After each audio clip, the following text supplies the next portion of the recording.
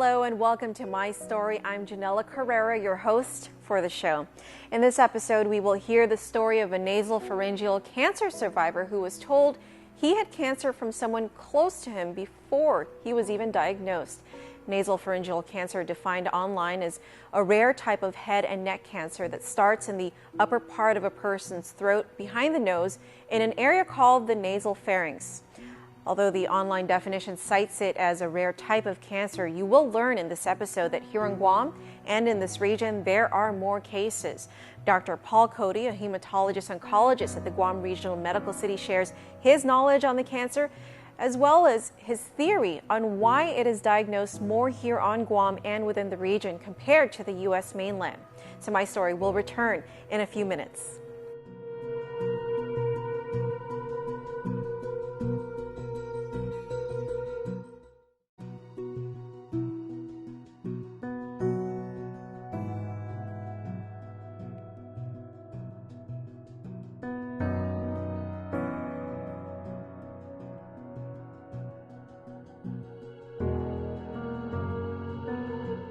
Before we talk with our cancer survivor, we here at My Story make an effort to promote the fight against cancer.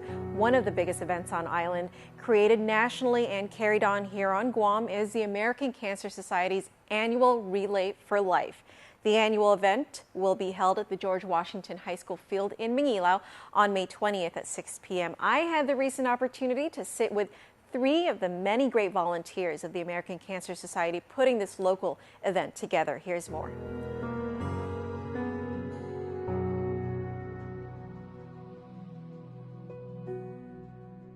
Well, thank you guys so much for joining us for this section of My Story. If we can begin with an introduction of who you guys are and what you do for the purpose of Relay for Life. My name is Teresa Obispo, and I am the event lead, and I'm also a board member for the American Cancer Advisory Board. Okay, and yourself? Yeah, I'm Joe Rios, and I'm the area coordinator for Relay for Life 2016. Okay.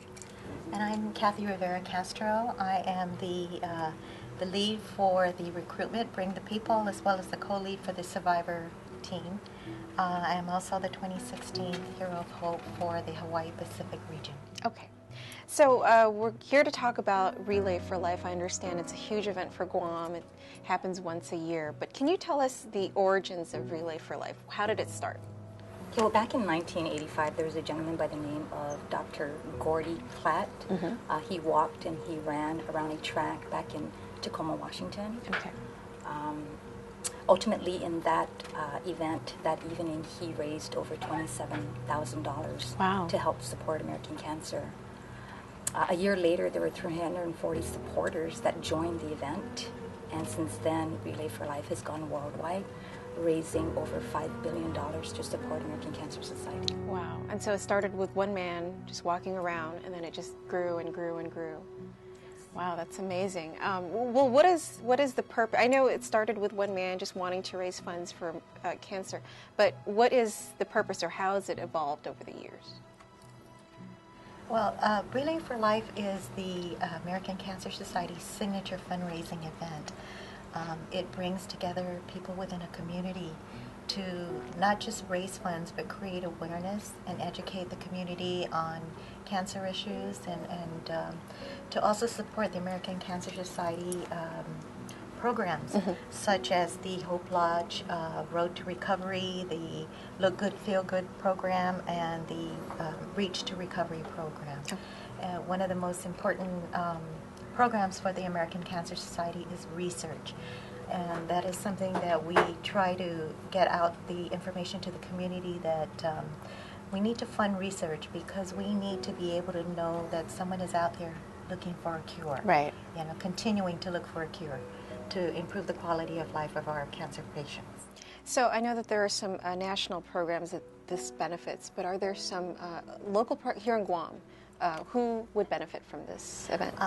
Anyone that has been diagnosed with cancer, once they come in and register as a cancer patient, then they will benefit from these programs. So it's anyone within our community that can come into our offices and register and apply for the programs. I see. Okay. And so there's Relay for Life. I know it's huge. It's always in the news. I cover it a lot. But what type of event is it? It's Relay for Life, but exactly what it is, the goal for the event itself. Well, it's an event that is not only held here, but then all over the world, in Hawaii, in the mainland, all over in the States, from coast to coast, in all of the countries around the world. They all get together to really raise funds to support those that are battling cancer, to support American Cancer's efforts to find a cure. Okay, and you say that it's not just here in Guam. Obviously, it's all over the world. How did it kind of spread out throughout the world, through the different communities, different venues? We have American Cancer Society that is in all over the world. I see. And have the Guam office here, for example, that has sponsored Relay for Life event for so many years. Yeah, I believe it started. Do you know what year it started here in Guam? Has to be maybe in the late 80s. Late 80s. Okay, Yeah. so not long after it was established in the States. It Yeah. was already established here in Yeah, Guam. so it began here in Guam about over 20 years ago.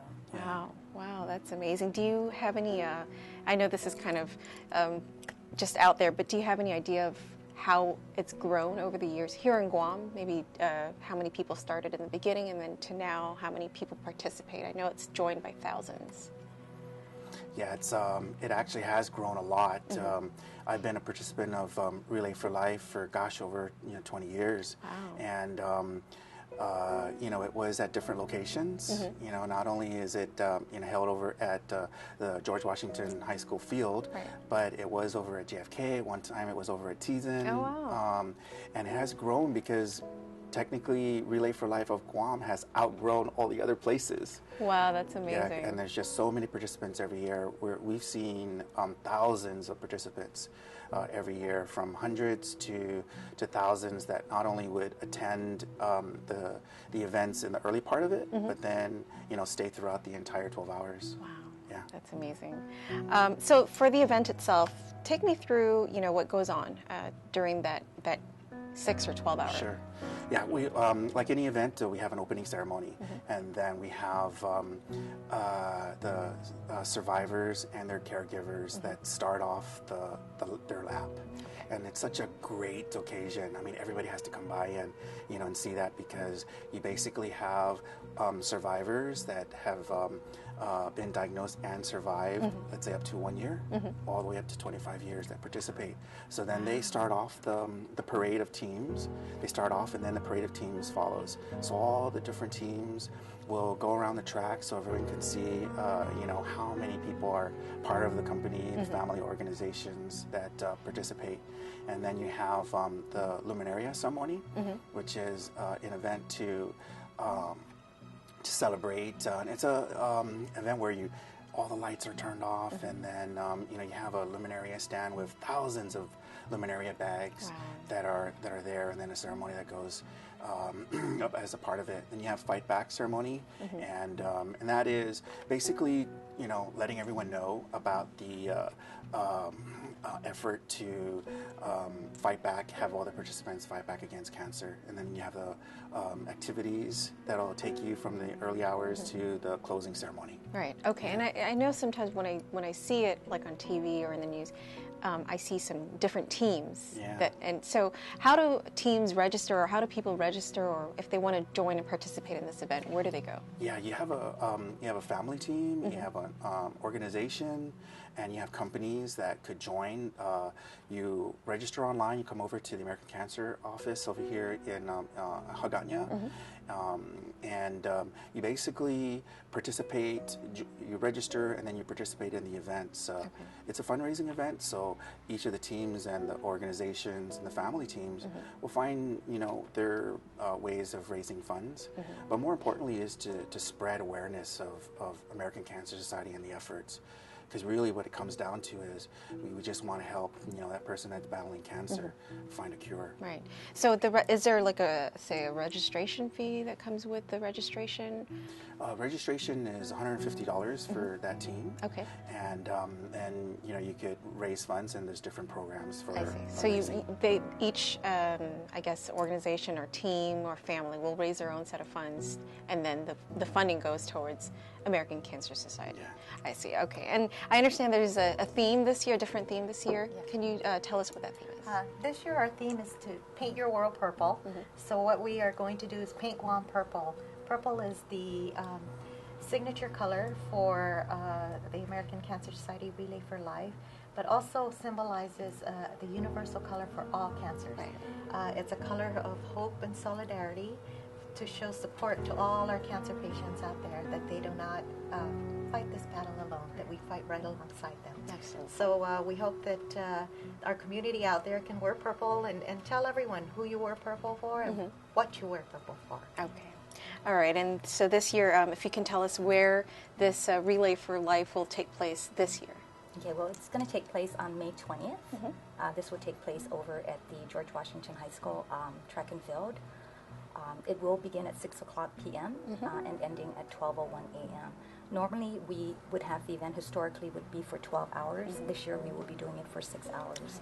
And this will allow participation in all of our events, and it allows us to be sensitive to the needs of our survivors. Right, because there may be some who might still be going through some things that they may not be able to stay for all 12 hours. Yes. That is kind of a long duration.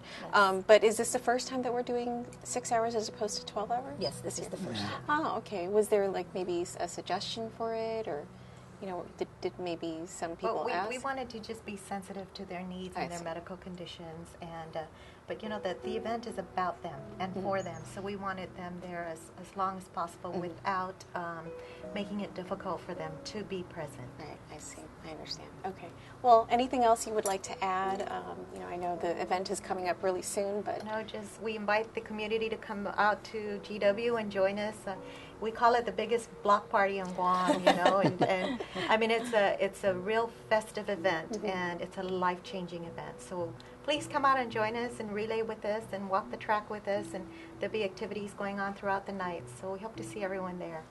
well, thank you very much. Thank you for all you do. All right, thank you. Thank you.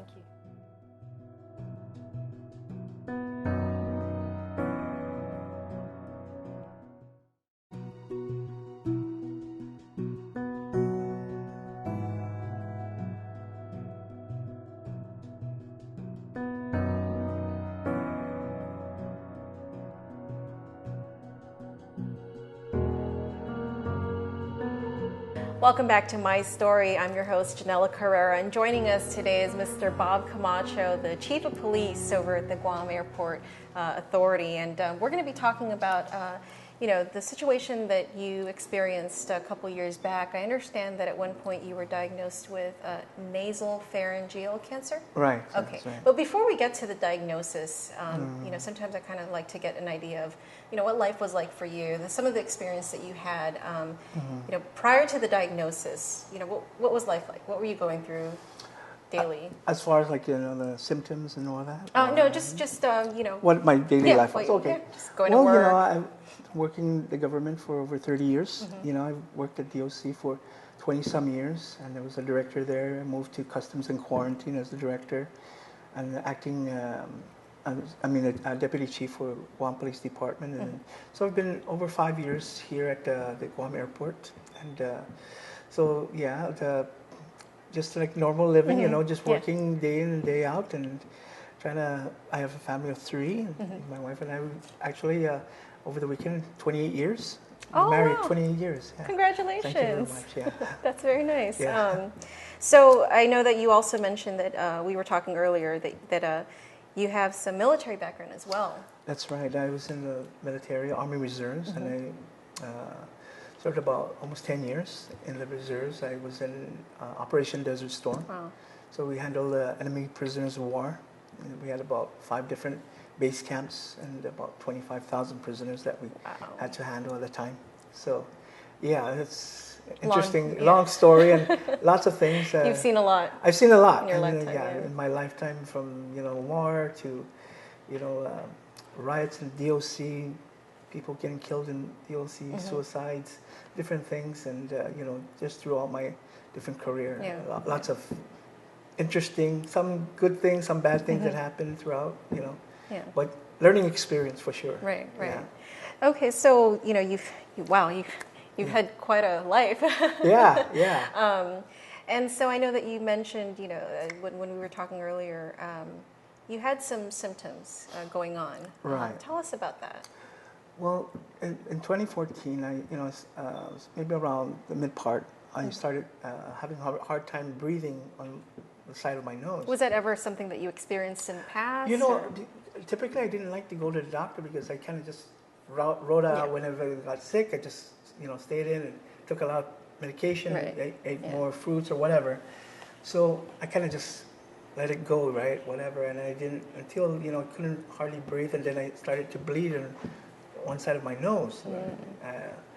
So that's when I decided to go see a doctor. I saw 2 doctors. And Here in Guam. Here in Guam, and one of them prescribed allergy pills. Allergy meds, yeah. Allergy. Did you feel anything inside of your nose, or was it just bleeding and difficulty breathing? No, I didn't feel anything. It just kind of felt normal. I didn't feel anything at all, So Just like it was stuffed. Just stuff. Yeah. And whatever. And so my wife and our family decided that we wanted to take a few days vacation in Philippines. So I told the doctor, I said, I'm going to be going to the Philippines. Can you just write me a referral? Go and check, an ENT, and maybe do all these different things, right? And, I know at the time ENT was kind of hard to find out here. Right, in Guam, right, too, right. So. So I went to the doctor. We went and set up the appointments and everything like that. I saw a doctor in the Philippines, Global City, St. Luke's, and so the doctor looked at me, "What's your problem?" And I said, "Well, I have a hard time breathing and what have you." So he took a Q-tip, right, and with the Q-tip, he just kind of pushed my my upper lip down slightly, not even sticking anything in. He just said, "Mr. Camacho, you have a tumor." Wow. Just by looking, Just looking with his eyes, no equipment, no instruments. Yeah. He might have had a little light, a little light just to, but nothing telescopically or whatever. Wow. So he knew already, and he says, we have to operate ASAP. Wow.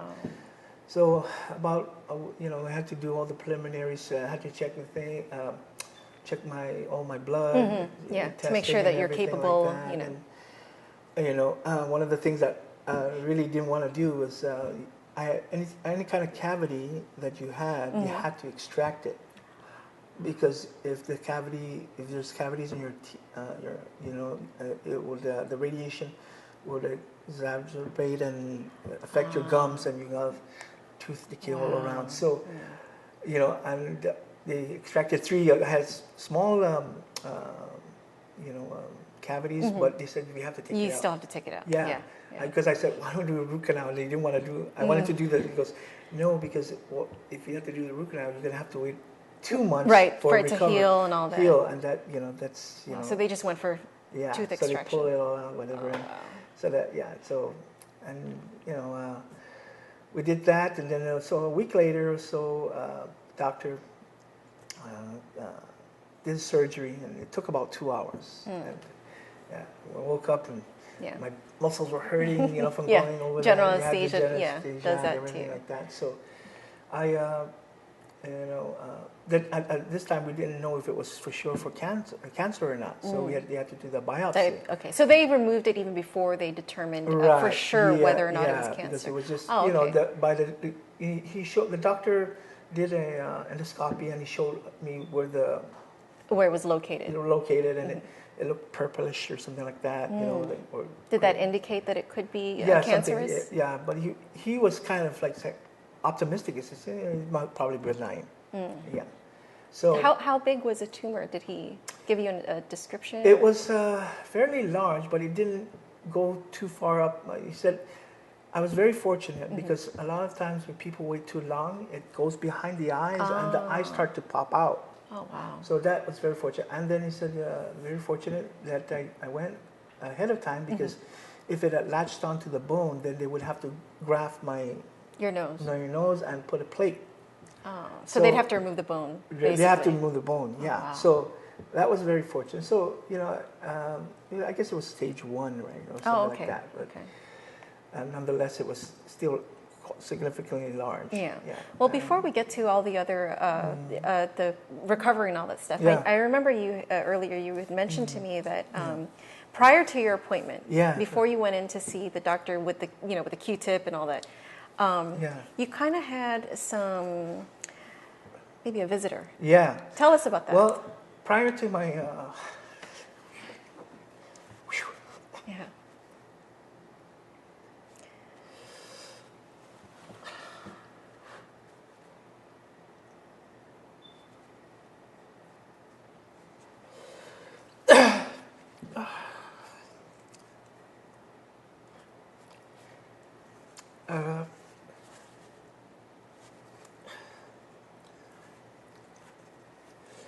excuse Is me. it- Prior to my appointment, I was sleeping, and I woke up around 5 o'clock in the morning. And I heard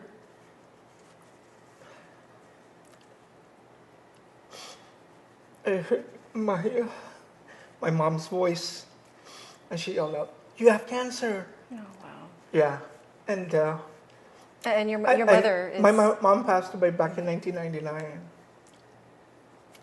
and I don't dream of my mom.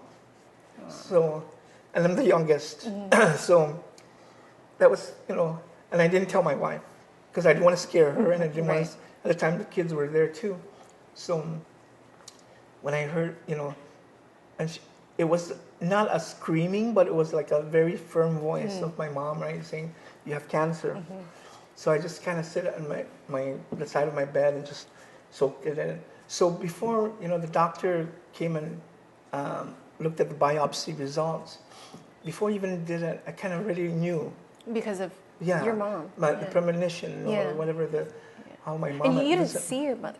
You no, heard I did her not. voice. Just her voice. And you knew it was your mom. I knew it was my mom. And then so I did.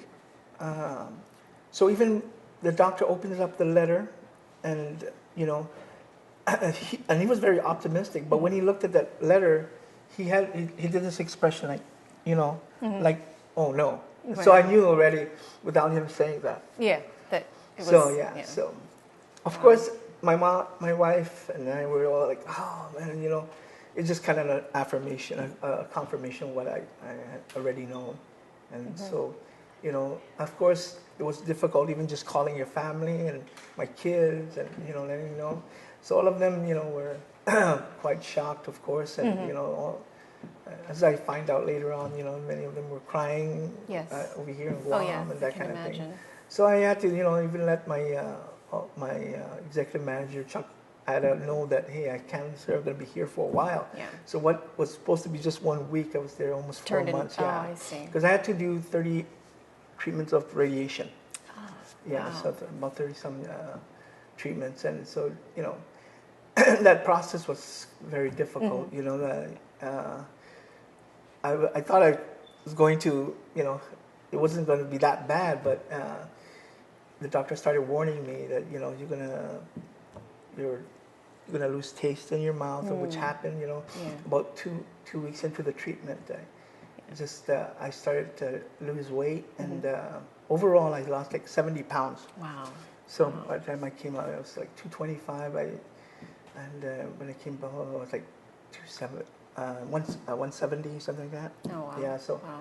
yeah. So That's so a rough that experience. it was a very difficult thing. I couldn't eat everything I ate. I threw up.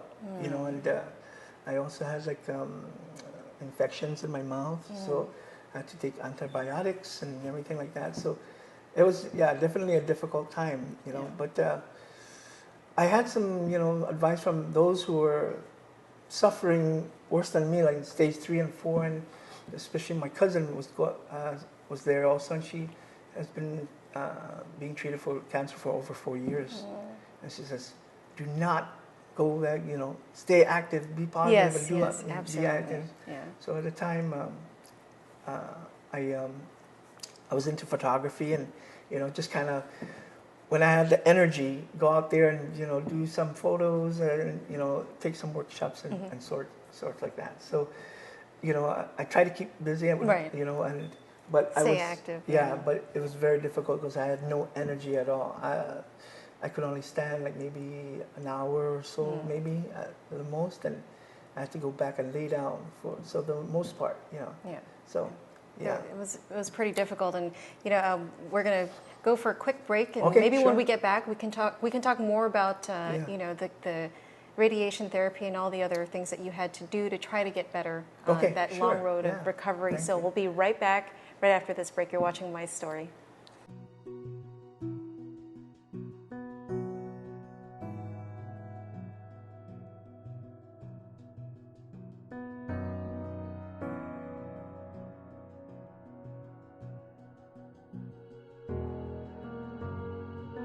Welcome back to My Story. I'm your host, Janella Carrera, and joining us tonight is Bob Camacho, the Chief of Police at the Guam Airport Authority. We were just talking earlier about his cancer diagnosis, nasal pharyngeal cancer, and right. he kind of gave us the story about when he was diagnosed, surgery, and all that stuff. Let's talk more about now the recovery process. Right. You kind of got into it earlier, but I understand that you had to undergo some radiation therapy, Right. and you also had some support. Right. Let's talk about the support network also. Yeah. But if you want to start with radiation therapy, what was that like for you? Well, they make a mask, and what the doctor told me was that even though it's just the nose, they had to do the radiation on my Throughout your head. throughout my head, and over your To thyroid ensure that and, they can just eliminate- to kill everything, I see. just in case, So it was okay for the first 2 weeks. After the first second week, it was just kind of very difficult. trying to Was deal with it. radiation the choice that they had recommended, as opposed Yes. to say, like, for example, chemotherapy? Well, one of the things that they said no because I didn't need it, and the doctor that I had, she also consulted with doctors from off island. I see. She like from Harvard and Oh, all wow. that. Yeah, so she had some great advice to make sure that she shared her the treatment plan, and they said you're doing it right, and so I had a lot of questions, like they say with this kind of cancer, there was a certain percentage that through research that there was like a 70% chance of return or some sort. Right? Oh, I see. So I said, well, so I did my own research too and read the articles, and it says, well, these are for stage 3 and stage 4, so why do I have to go to 33 treatments? Why don't I just do 10? Or, Right, this because is yours the standard. was stage Stage 1? 1, yeah, stage 1. So he goes, no, because you don't know if it's going to return back, and there is very little. From what I understood, very few people have caught their cancer at stage 1. I see. So So there's not a lot of research. Yeah, for to that. say, so to be on the safe side, that was the standard that I had to go through. And so, the radiation started, burning my skin. My hair started falling out, and so I just, had it shaved and everything like that. And Did you do radiation therapy here in Guam, or did No, you have over to do there. it? Yeah. Oh, okay. I see. I kind of just wanted to stay there, and since already I didn't want to go Everything back. was all there. Yeah, and I didn't want to go through that. One thing I liked about that location was that at the hospital you can get your pharmacy, you can get all the different examinations, blood work, CT scan, whatever. It's all there. It's all there. I didn't have to run from one place to the other. So that was and of course already my whole history. I didn't want to go again and go through Right. the whole thing, even Right. though some people advised me to come down here. I didn't want, and so I stuck it out there. And then, my skin started burning. After every treatment, I put like aloe vera. And, I want to just thank the family members and family friends that, just reached out to me. And, one of the things that I really found out was that, the support and people responding to you, and saying, hey, we're praying for you. A lot of prayer groups were coming out, and it's like, just kind of give you a bit of hope and, Yes. a bit of inner strength. It really right? does help. Yeah, it does help. And, my sister came out there and my sister-in-law, and they spent some time with me. My sister stayed there for several months. Of course, my wife was there too.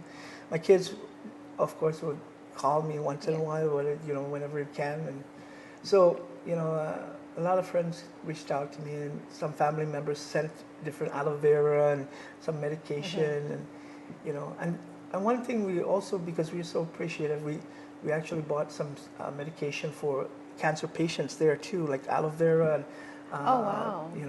For them to also yes, because there were a lot. use. The doctor told me there were a lot of poor people that couldn't afford medication. Wow.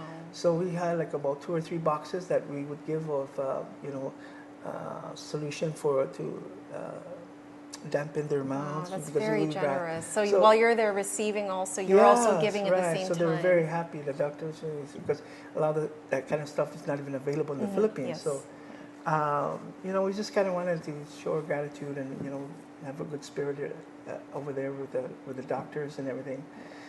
And so, every single day they made a plastic mask, and then putting it has pinpoints where all the different things would be. I see. So it was really calibrated, where exactly. Very specific. Yeah, very specific. I didn't realize how specific it had to be. It had to be pinpoint. This doctor says you didn't want to go anything beyond whatever, because the radiation, they told me, is going to last for years. Even after they're done. Yeah, so even every administering 3 it. months I have to go to the Philippines or so, and they still see the radiation effects. It's red inside your. It's saying, they said it's still active. It's still so, and that's how it's going to be. So,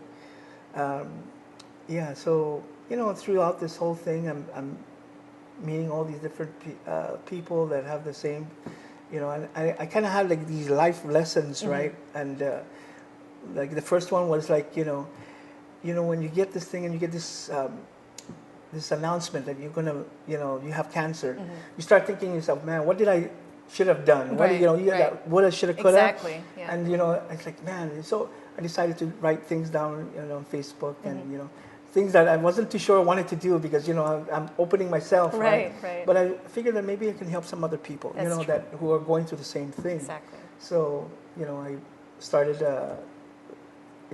life lessons of, sometimes like I would meet people that are, all their hair are gone, they're going through radiation, chemotherapy, and they've been doing that for 3 or 4 years. And I say, one of the lessons is that no matter how hard you're having it and challenging you are, there's somebody else who has a bigger challenge, a bigger mountain to climb. Going through much worse. Yeah. Yes, and different things. And one of the other lessons of family and friends is so important. More, it's nothing more important than that. Besides God, of course, but. It's so important to have your family and Well, what's the one thing that it's not an experience that anybody would want to have, but if there's anything that you can take away from this, after experiencing this. Well, just don't take whatever, if your body's not coming out functioning right or whatever, get yourself checked, and get a second and third opinion. I mean, I think that was key, and I think for you that it was definitely helped. Just you have to kind of follow your gut. Your gut will tell you. I think your body, maybe even your mind, just kind of tells you, hey, something's wrong here. Something doesn't add up. And so, you know your body well. I mean, we all know our own bodies. Right. So just don't take it for granted. And I think just. Eat healthier, I guess. I'm trying my best to not gain back all that weight. It's hard to do that here in Guam. But I'm more conscious about it, and kind of doing whatever I can. And I mean, you were already, maybe a model citizen. You didn't drink, you didn't smoke, I didn't smoke, I didn't drink, and so anybody can have it, and it just can come to anybody. Yeah. And so that's another thing. Even the doctors were saying, wow, you don't have all these unhealthy lifestyles, whatever. So I think, just anybody, this environment nowadays, anybody can get it. I was in Desert Storm, so we don't know if that also had attributed to it, you know. So there's a lot of things that could have happened, you know. But, well, before we end the show, I know earlier you had mentioned that you had gotten a message from your mother. Right. But then after your surgery, you Yeah. also got another message. Yeah, my father passed away 2 years after my mom did, and I saw my father in the dream, and he hugs me. He's like, hugs me. And my father is one of those Antigu, very strict and unemotional type of person. And he's hugging Typical me. Chamorro. Yeah, very- Chamorro. yeah, I yeah. think he grew up, the Spanish type of Right. influence or whatever. Where, so he's like hugging me. I said, yeah, everything. And my father was not like that kind of person. He didn't like. He wasn't emotional. Yeah, no. So I kind of felt that, everything was going to be okay. He told you. Yeah. So I think when you're going through this thing, is to pray and to believe that, there's Yeah. some good spirits out there Yes. watching over you. What a And you have your blessing. own angels, Yeah. whether it be your passed away family, friends, whatever. But I just believe that, they're reaching out to you, kind of like calm your soul. It's amazing. So first, Yeah. from your mom and then Yeah, your yeah, father. That's, right. yeah, what a Yeah. blessing. Thank you very much. All right. Well, thank you so much, Bob, for sharing with us your incredible story of surviving cancer. We wish you the best of luck and all your future endeavors. And I know that you're now you've been cancer free for a couple years, A little over a year. a little over a year. So hopefully it stays that way. Yes, thank you very much. Well, thank you again for Thank joining you very us. much. God bless. You're welcome. All right. Well, that's Bob Camacho from the Guam Airport Authority Airport Police, and I'm Janella Carrera, your host. We'll be right back with more of My Story. Welcome back to My Story. Before the break, we heard from nasal pharyngeal cancer survivor Bob Camacho. In a minute, I will sit with oncologist at the Guam Regional Medical City, Dr. Paul Cody. He has over 10 years experience as a hematologist-oncologist in Hawaii. He's also a member of American Society of Clinical Oncology and the American Society of Hematology, and he's licensed to practice right here in Guam, New York, Florida, and in Hawaii. Here he is.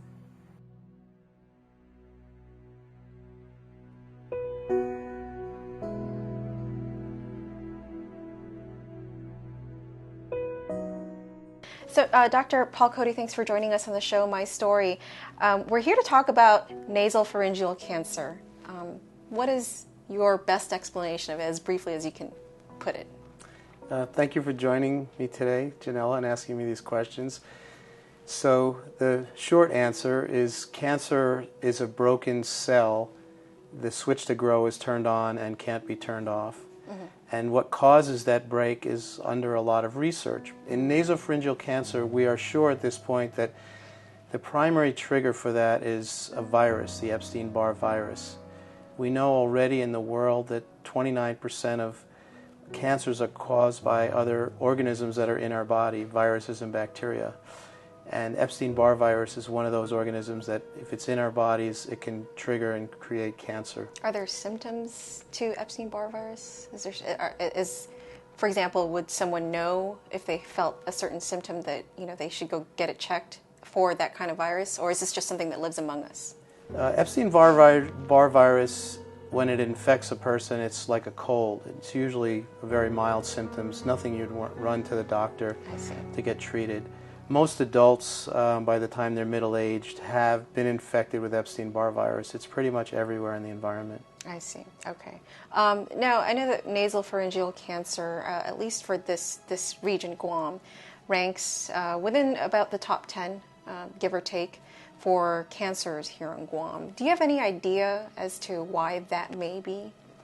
I have a personal theory. The Epstein-Barr virus associated nasopharyngeal cancer is very endemic in China and also in Southeast Asia. China is where it's got the highest rates, and then their rates are high as well in Southeast Asia.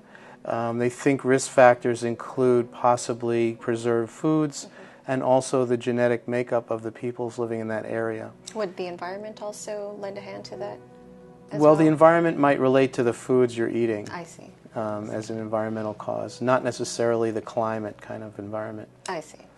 And my thinking, in my experience in working in Hawaii and now here in Guam, is that in North America there are certain rates of disease that are well cataloged, and in Asia there's rates that are well cataloged, and we really haven't been cataloging the rates of cancers here in the Pacific for very long. And I've been finding personally that the rates seem to be somewhere in between the rates of Asia and the rates of North America.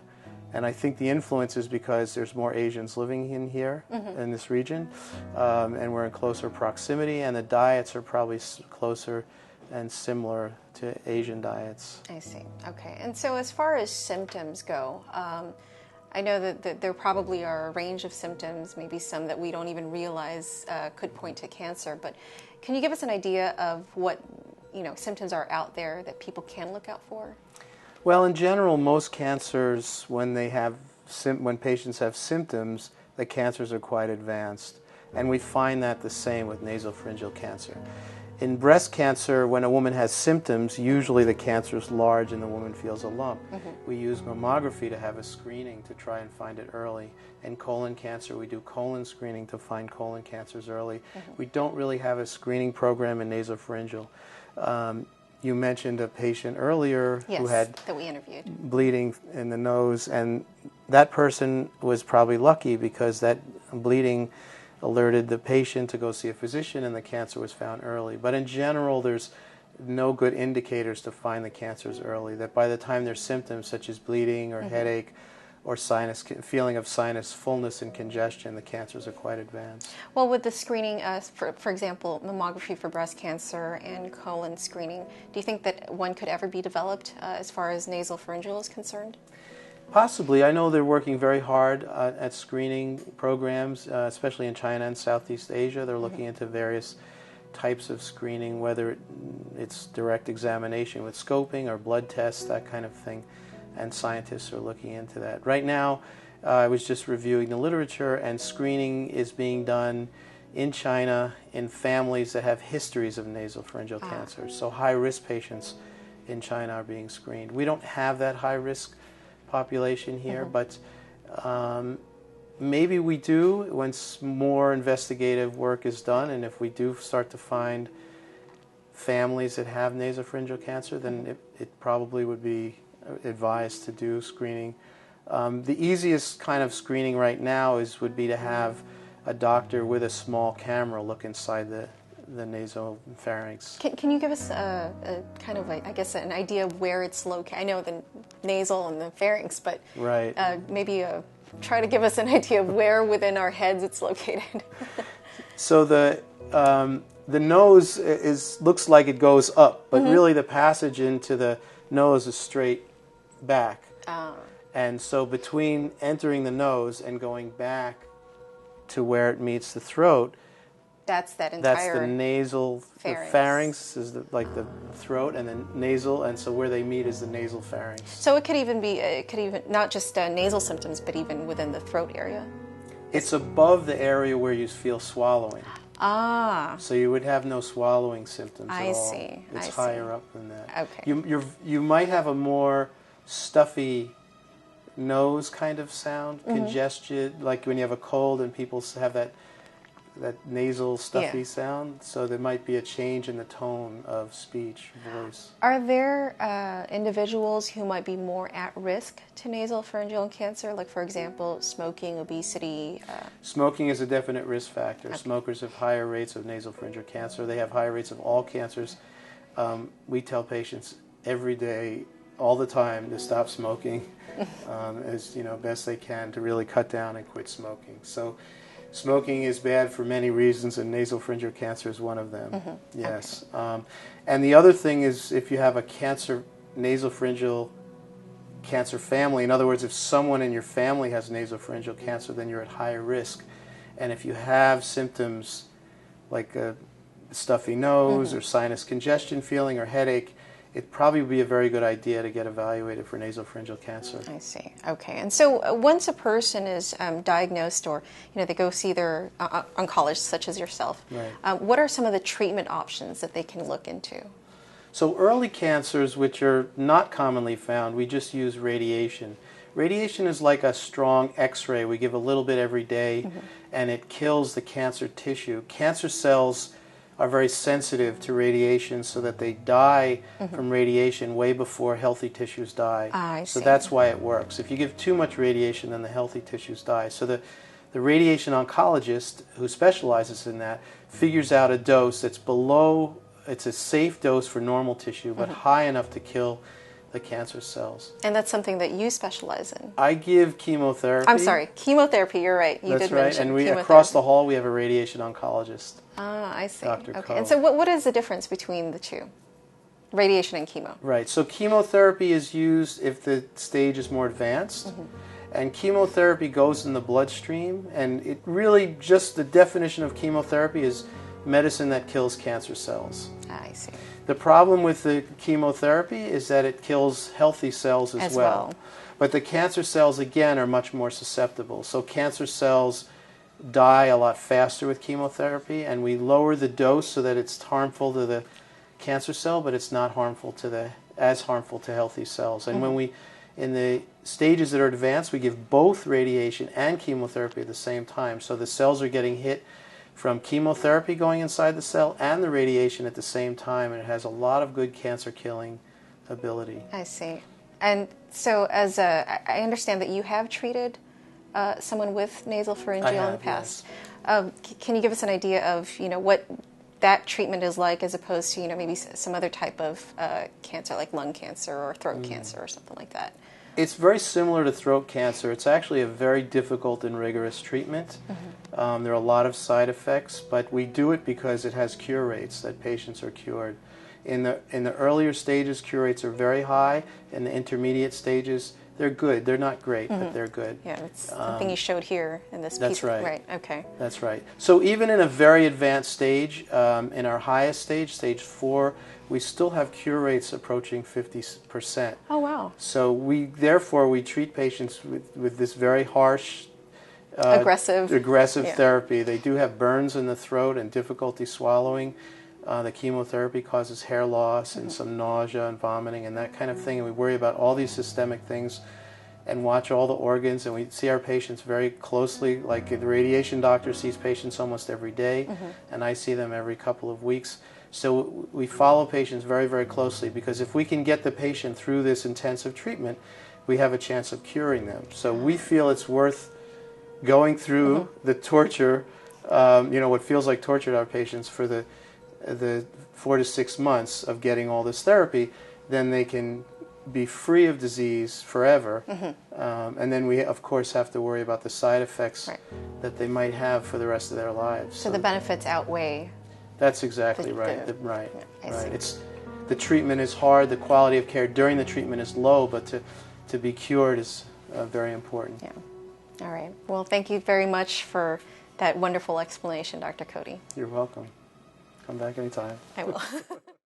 Thank you for watching this episode of My Story. Before I close out the show, here are a list of great organizations here in Guam that work to assist patients diagnosed with cancer and their family members.